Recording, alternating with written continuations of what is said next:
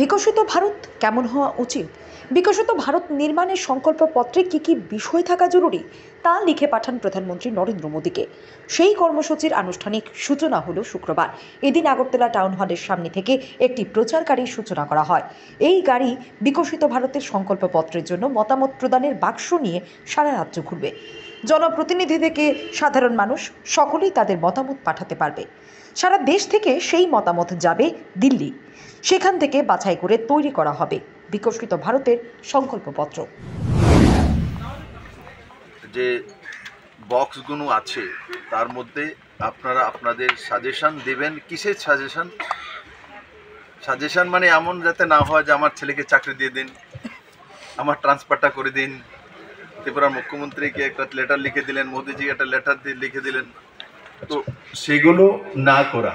Suggestion মানে কিসের suggestion হচ্ছে আগামী 2024 যে লোকসভা ইলেকশন ভারতীয় জনতা পার্টি ভাগ নিতে চলছে, তার মধ্যে আমাদের ম্যানিফেস্টো যে হবে আগামী ভারত নির্মাণে কিভাবে করা উচিত, ও তার সাজেশন যুবাদের জন্য কি করা উচিত, মহিলাদের জন্য কি করা উচিত, কৃষকদের জন্য কি করা উচিত, ইনফ্রাস্ট্রাকচার, ওভারঅল ডেভেলপমেন্ট।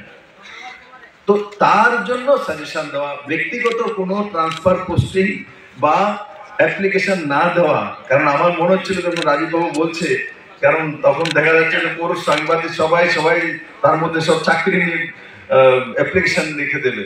তো তার মধ্যে কোনো চাকরির অ্যাপ্লিকেশন নেই, কোনো ট্রান্সফার পোস্টিং এর অ্যাপ্লিকেশন নেই। তার মধ্যে একমাত্র আগামী দিনের ভারত কিভাবে গড়া হবে আপনাদের সাজেশন চাই। মাননীয় প্রধানমন্ত্রী এবং আদরণীয় জেপি নাড্ডাজি সেটা চাইছেন। আর এটা আমার মনে হয় ত্রিপুরা রাজ্যে প্রথমবার হচ্ছে কোনো পার্টির দ্বারা যে সাজেশন বক্স নিয়ে যাবে।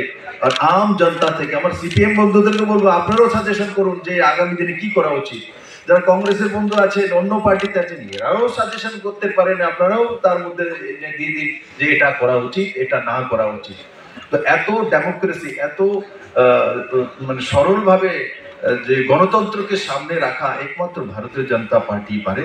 আমি আপনাদের মাধ্যমে সমস্ত ত্রিপুরাবাসীকে জাতি, ধর্ম, দল, মত নির্বিশেষে সবাইকে নিবেদন করব, আপনারা আসুন সেই সাজেশন বক্সে আপনাদের যে সুমূল্যবান যে সাজেশন সেটা আপনারা বইটির মাধ্যমে আমাদের কাছে পাঠিয়ে দিন।